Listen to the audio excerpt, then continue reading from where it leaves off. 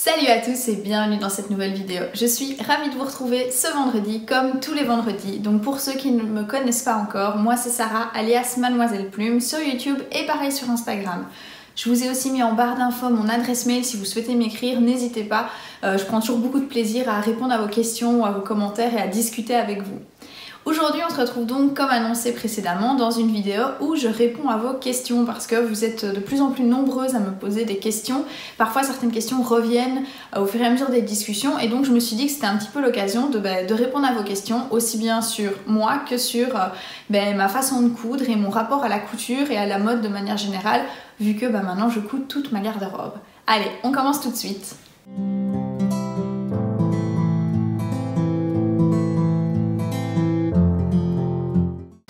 Donc vous l'avez remarqué, je me suis installée confortablement à mon bureau, j'ai ma petite tasse de café, je vous invite à faire de même parce que aujourd'hui ça va être une vidéo papote, donc au final il n'y aura pas grand chose à regarder à l'écran à part moi, mais je veux dire je ne vais pas coudre et je vais surtout discuter avec vous. Alors les premières questions qui reviennent généralement, c'est pour mieux me connaître personnellement, donc on me demande souvent mon âge et où j'habite, donc je ne vais pas évidemment vous donner mon adresse, mais j'ai 28 ans et j'habite en Belgique dans la région namuroise.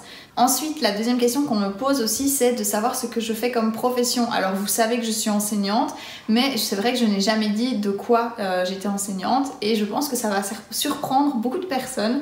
En réalité, je suis professeure de mécanique et d'électricité. Alors je vous arrête, c'est pas de la mécanique automobile, je suis professeure de mécanique dans une option microtechnique et dans une option horlogerie. Et oui, je sais ce que vous vous dites, vous ne connaissiez sûrement pas l'option horlogerie. En réalité, je vous avoue que moi non plus, avant d'enseigner dans cette école, je ne savais pas que ça existait et je me suis vraiment pris de passion pour ces petits mécanismes, etc. D'ailleurs, je fais un gros bisou à tous mes élèves parce que je sais qu'il y en a qui passent par ici aussi de temps en temps. Donc voilà pour ce qui est de me connaître un petit peu plus personnellement. Ensuite, on me demande souvent aussi quand j'ai commencé la couture et pourquoi j'ai commencé. Alors, j'ai commencé à coudre après le tout premier confinement, donc c'était je pense en fin mai 2020. En fait, c'est parti d'un peu... En fait, c'est parti sur un coup de tête. Au départ, pour mon anniversaire qui était en février, mon compagnon voulait m'offrir un cadeau, il n'avait pas trop d'idées et il m'avait dit qu'il voulait m'offrir quelque chose d'utile et quelque chose dont je pourrais me servir et pas juste un bel objet de déco ou des choses comme ça. Et c'est lui qui m'a dit tiens, si je t'offrais une machine à coudre. Alors sur le moment, je lui ai un petit peu rigolé au nez, je dis moi une machine à coudre, tu m'as déjà vu, je déteste quand je dois recoudre un bouton sur un vêtement, il me faut des mois pour le recoudre. Je vous avoue, ça n'a toujours pas changé, c'est vraiment une étape que je n'aime pas. Mais voilà, je ne l'ai pas du tout pris au sérieux. Et puis, confinement arrive. Étant enseignante, confinée à la maison pendant 3 mois, aucune activité, plus aucune vie sociale. Alors que, pour ceux qui sont enseignants comme moi, vous le savez, on passe notre vie à parler. Là, je me suis retrouvée toute seule à la maison parce que mon compagnon a continué à travailler. Et je me suis, on peut le dire, ennuyée pendant 3 mois.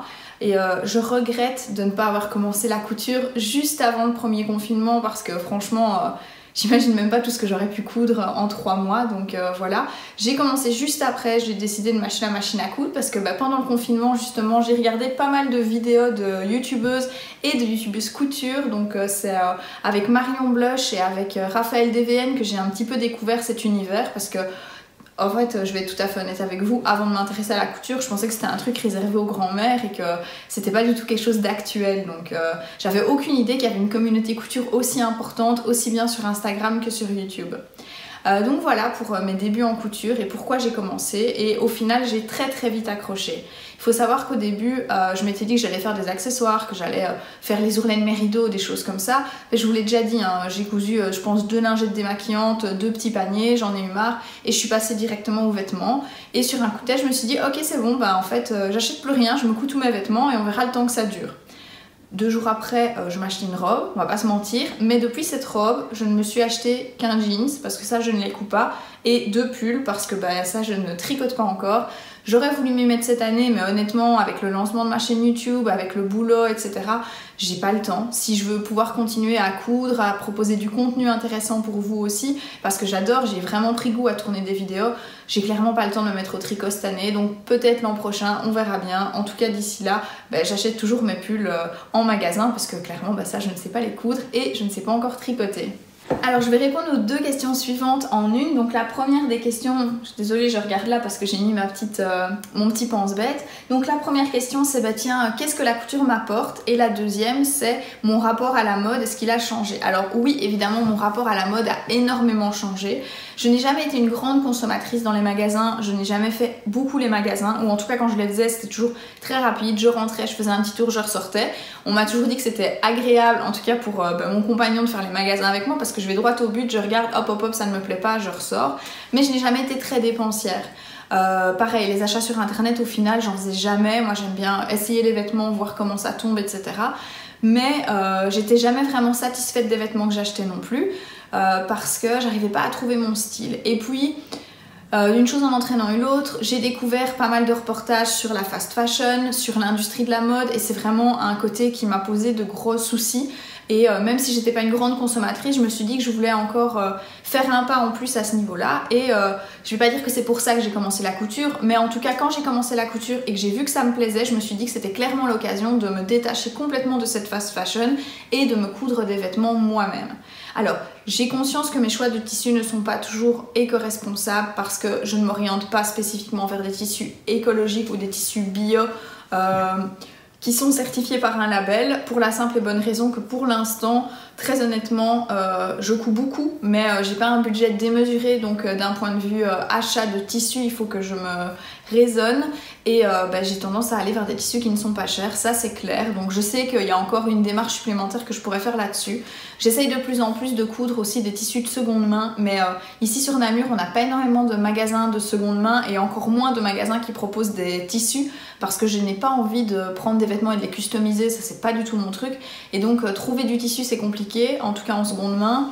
Alors je pourrais partir sur des vieux draps et des choses comme ça, mais souvent il y a des taches et puis ça reste du coton, on ne sait pas tout faire en coton non plus. Donc voilà, pour l'instant, ce que ça m'a apporté, c'est clairement la satisfaction de faire mes vêtements moi-même. J'ai pu faire des coupes qui me vont parfaitement parce que voilà, je suis assez grande, je suis fort mince, j'ai pas beaucoup de forme. C'était pas toujours facile de trouver des vêtements à ma taille, j'avais vite l'impression de faire sac ou bien que ce soit trop large à un endroit ou à un autre. Donc très clairement la couture, ça permet de se faire des vêtements sur mesure, ça permet de faire les vêtements qu'on veut, avec le motif qu'on veut, dans le style qu'on veut. Il y a une tonne de patrons. Moi j'étais persuadée que les patrons, il y avait que le magazine Burda qui en proposait et quand je voyais ça chez le magasin de journaux, au magasin de journaux, je me dis mais mon dieu, c'est vieillot, c'est pas beau, etc. En fait il y a plein de patrons différents. Donc voilà, ça m'a apporté ça. Ça m'a aussi apporté beaucoup de confiance en moi au final parce que j'étais pas très sûre de moi d'un point de vue créatif et d'un point de vue méticulosité. Au final je n'étais pas très manuelle, j'ai toujours bien aimé toucher à tout, mais ici ça m'a clairement apporté de la confiance en moi et de la fierté de pouvoir porter mes vêtements et de voir quelqu'un qui me dit oh, elle est trop belle ta robe, tu l'as achetée où? Et que je puisse dire en fait c'est moi qui l'ai fait. Alors maintenant les gens me posent même plus la question, ils me disent ah c'est toi qui l'as fait celle-là. Et de temps en temps, je leur réponds non. Genre la tenue que je porte aujourd'hui, il n'y a rien de cousu main. Tout était au linge sale. Tout est propre, mais j'ai pas du tout eu envie de repasser. Je me suis habillée vite ce matin et ça, c'est la robe que je portais dans ma dernière vidéo où je m'en couds une justement comme ça. Donc je vous le remets aussi dans le i si vous voulez voir mon dernier vlog où je me couds une petite robe assez large pour l'hiver avec le patron Naïs de ma petite fabrique et Émilie Couture. Ensuite, on me demande mon budget couture. Alors, je n'ai pas de budget prédéfini. L'idée est que je me fais plaisir mais que j'essaie de pas trop craquer quand même et en tout cas d'être raisonnable. Je vous avoue que en y réfléchissant, étant donné la quantité de vêtements que je couds par mois, on va dire, je dois être à une petite 50aine d'euros maximum par mois comme budget couture. Évidemment, hors achat de sets beauté ou de sets beauté qui là font exploser complètement le budget. Donc oui, je dois être entre 50 et 100 euros par mois au total si on compte l'investissement des machines, même s'il a été qu'en une fois, c'était quand même des gros budgets à ce moment-là. Alors, je regarde la question suivante. On m'a demandé où trouver des tissus bio pas chers parce que la viscose bio coûte cher. Alors, quand j'ai vu la question, moi j'ai déjà un petit souci avec le mot viscose associé au mot bio.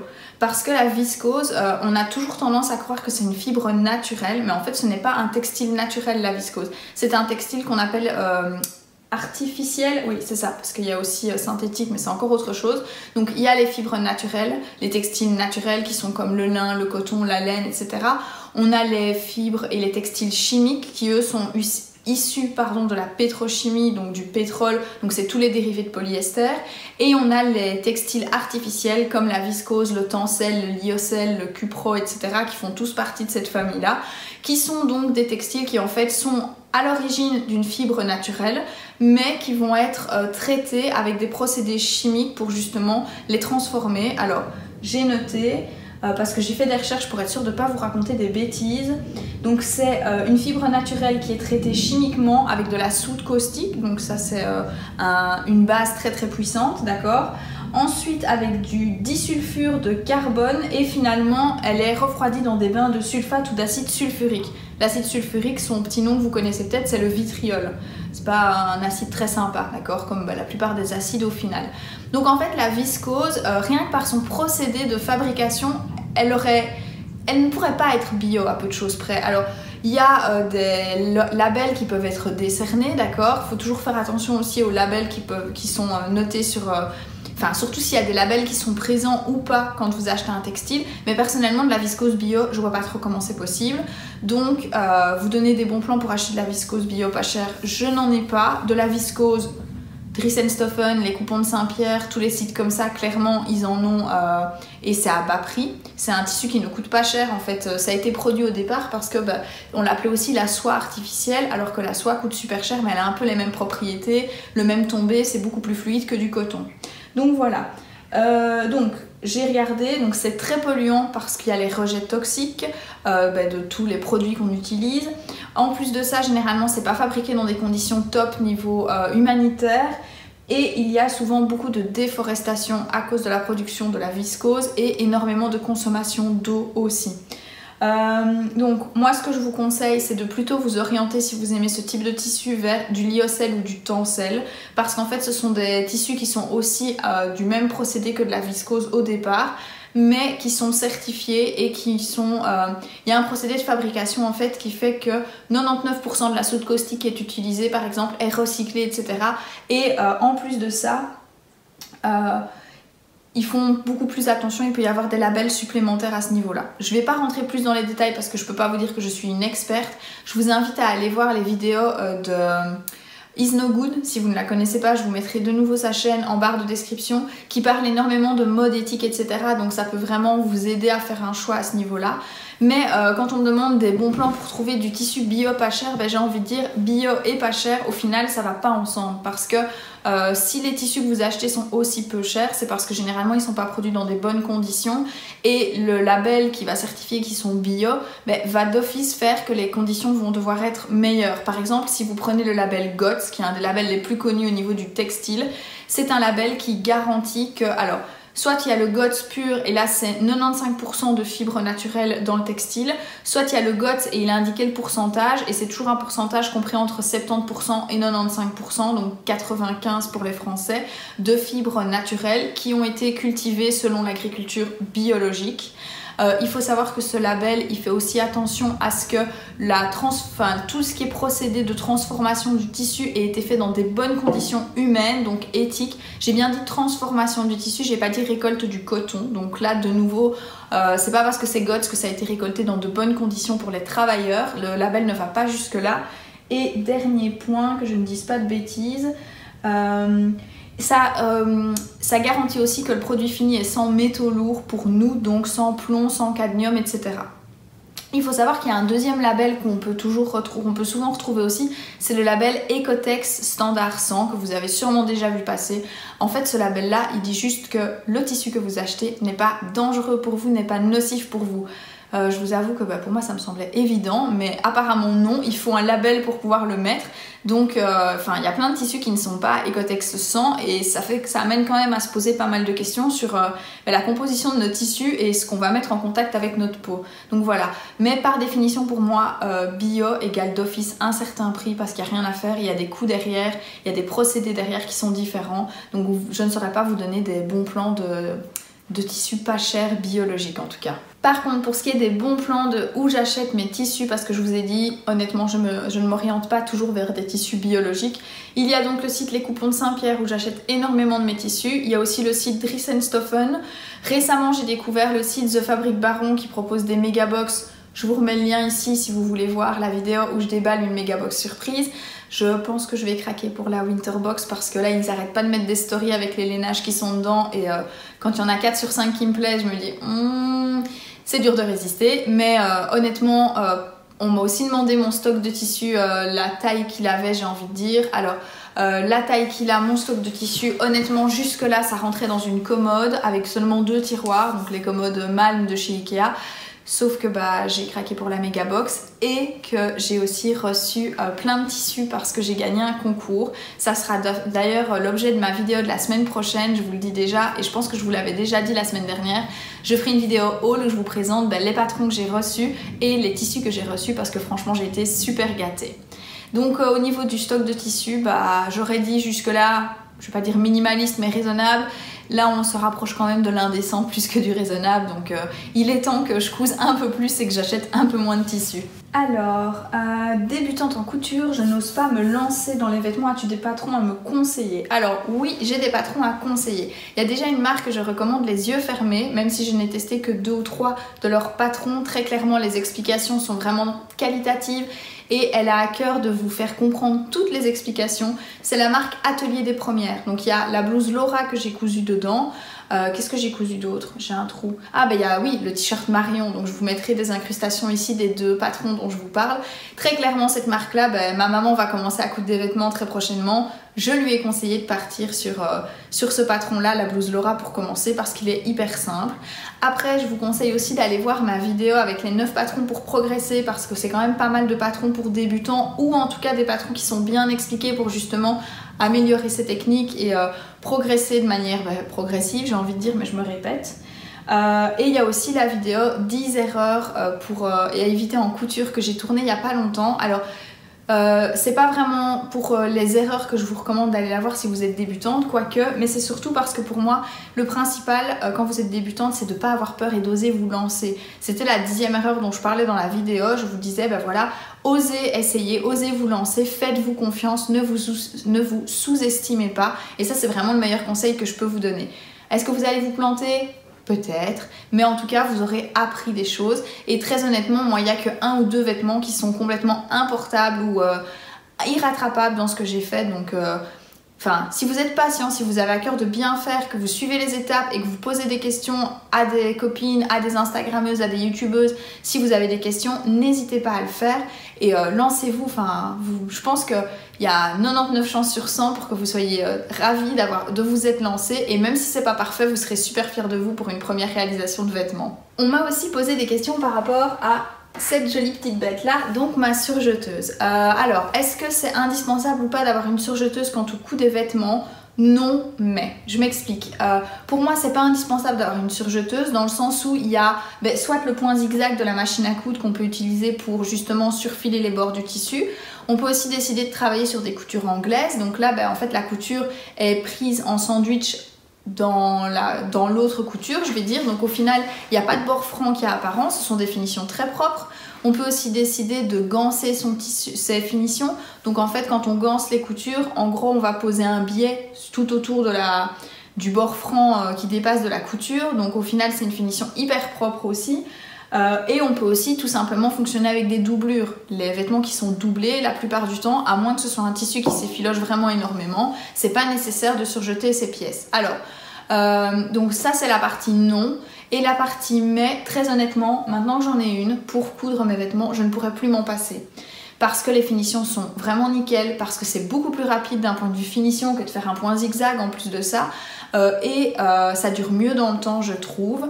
Et puis si vous voulez coudre de la maille, des tissus stretch, d'office la surjeteuse, de nouveau pas indispensable. On peut le faire avec un point zigzag ou des points spéciaux stretch sur la machine à coudre. Mais franchement, vous aurez quand même pas la même qualité qu'avec ça et vous aurez pas le même rendu. Donc c'est pas indispensable, mais je pense qu'une fois que vous y avez goûté, vous n'avez clairement pas envie de revenir en arrière. On m'a aussi demandé des conseils sur la surjeteuse. Alors honnêtement, je pense pas que je l'exploite. En fait non, je sais que je ne l'exploite pas au maximum de ses possibilités parce qu'en gros, j'assemble. Qu'est-ce que j'ai déjà fait aussi? J'ai déjà fait un ourlet rouloté et je surjette, mais c'est tout. Donc si vous voulez une vidéo en précisément où je vous montre comment enfiler la machine à coudre, mettez-le moi en commentaire, je pourrais vous en faire une petite comme ça. Mais par contre, vous montrer toute l'étendue des possibilités de cette surjeteuse, très honnêtement, je ne pense pas que je les connaisse, donc c'est impossible que je puisse vous les montrer en vidéo. Vous m'avez aussi demandé les matières que je recommande à coudre pour les débutantes. Très clairement, la matière que je recommande de prédilection, c'est le coton et je pense que ça, tout le monde vous le dira. C'est très facile à travailler, c'est pas épais, ça marque très bien les plis au fer, etc. Donc ça, c'est la matière que je recommande. Pour ce qui est des matières que j'aime travailler en particulier, il y a le coton, il y a le lin, parce que c'est un peu plus épais que du coton, mais ça se travaille vraiment très très bien. J'en ai pas cousu souvent, mais les 2 fois où j'ai fait des robes avec, j'ai adoré. Et alors, il y a tout ce qui est lainage, etc. Et même si c'est pas du 100% laine, mais par exemple, la surchemise Billy que je me suis cousue, j'ai adoré travailler ce lainage-là. En fait, c'est toutes des matières qui ne se déforment pas, qui tiennent bien, qui marquent bien au fer quand on passe le fer à repasser, etc. Ça, c'est vraiment les matières que j'adore travailler. Mais il y a aussi des matières que j'adore porter. Et la matière que j'adore porter par excellence, c'est la viscose. Parce que c'est un tombé vraiment particulier. C'est hyper fluide, c'est très agréable. Moi qui adore coudre des petites blouses hyper féminines ou des robes, c'est clairement le tissu qui s'y prête. Mais c'est pas le tissu que j'aime bien travailler parce qu'il peut se déformer un peu, parce qu'il glisse. Enfin, il est vivant en gros le tissu, on va dire. Et alors par contre, une matière que je n'aime ni coudre ni porter, ce sont tous les polyesters parce que y a beaucoup d'électricité statique, ça glisse, c'est fin, enfin pour moi c'est une vraie crasse à travailler. Le polyester, généralement, je ne le travaille qu'en doublure parce que ça glisse super bien. Donc par exemple, les doublures d'une manche pour des vestes, clairement, je vais m'orienter vers du polyester. Ici, pour ma veste de cette année, je comptais le faire en viscose. Finalement, j'ai utilisé la viscose pour un autre projet. Donc là, je viens d'acheter une doublure en polyester. Ça glissera beaucoup mieux au niveau des manches. Ce sera quand même vachement plus pratique. Je regarde si j'ai encore des questions. Hop, hop, hop. Ouais, les pièces de couture dont je suis la plus fière. Alors, j'hésite entre 2 ou 3. Alors, il y a d'abord mon manteau magnésium. Il y a des petits défauts, je vous l'avais déjà montré en vidéo, je vous remets une incrustation ici. Il y a des petits défauts, mais c'était mon premier manteau et ça faisait 3 mois que je cousais, donc franchement j'en suis hyper fière. Je l'ai porté tout l'hiver l'an dernier et pour l'instant je le porte tous les jours aussi parce que je n'ai pas encore eu le temps de coudre ma nouvelle version pour cette année. Ensuite de ça, il y a la robe McCall M79-74 que j'ai fait en 2 versions aussi, que je vous remets ici. Franchement, celle-là, j'en suis très fière parce que même si c'est censé être un niveau facile d'après le patron, moi je ne l'ai pas trouvé si simple que ça. Il y avait quand même beaucoup d'étapes, il y avait beaucoup de fronces. Bon, les fronces en soi, c'est pas compliqué, mais il fallait vraiment que ce soit bien réparti. J'en ai fait une version en coton. Je suis contente d'avoir commencé par le coton pour bien appréhender le patron et la gamme de montage. Et j'en ai fait une deuxième version en viscose que j'adore. C'est clairement pas la dernière version que je fais. Je ne sais pas encore. Je pense que j'ai une petite idée du tissu que j'utiliserai pour la 3e. Je vous montrerai ça la semaine prochaine dans ma vidéo haul. Et le dernier patron que j'adore aussi et dont je suis hyper fière, c'est ma surchemise Billy que j'ai cousue dans un vlog que je vous remets ici aussi. J'en avais fait 2 versions, ça c'est ma 2e en laine, je la trouve trop géniale. Bon, le problème c'est que je ne l'ai pas doublée et donc c'est vraiment une veste de mi-saison. Là en Belgique pour le moment il fait pas loin de 0 degré le matin quand je pars, voire parfois il a gelé.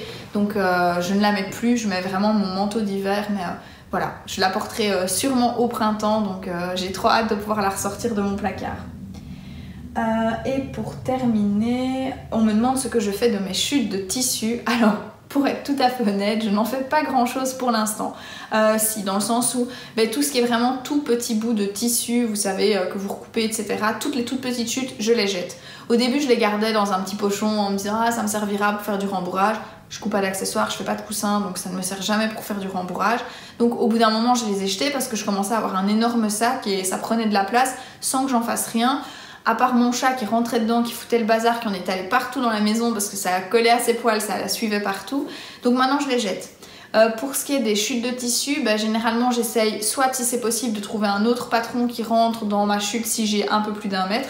Si pas, soit je couds des carrés démaquillants.